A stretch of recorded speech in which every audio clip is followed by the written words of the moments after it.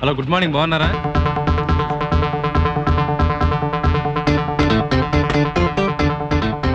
బాగున్నారా అని అడిగితే ఏం చెప్పనండి.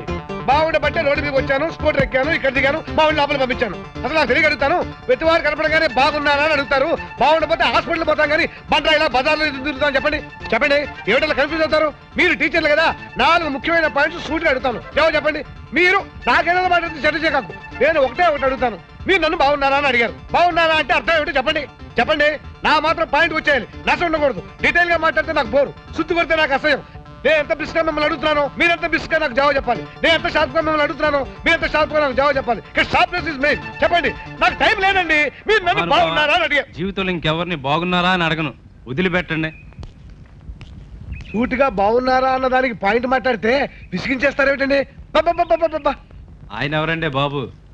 బాగున్నారా అని అడిగితే అరగంట సేపు వాయించి అసలు విషయం చెప్పలేదు. అదేనండి అతను ప్రత్యేకత. ఇంత వాగుతుంటాడు, ఆయన ఎక్కడ పనిచేస్తుంటాడండి?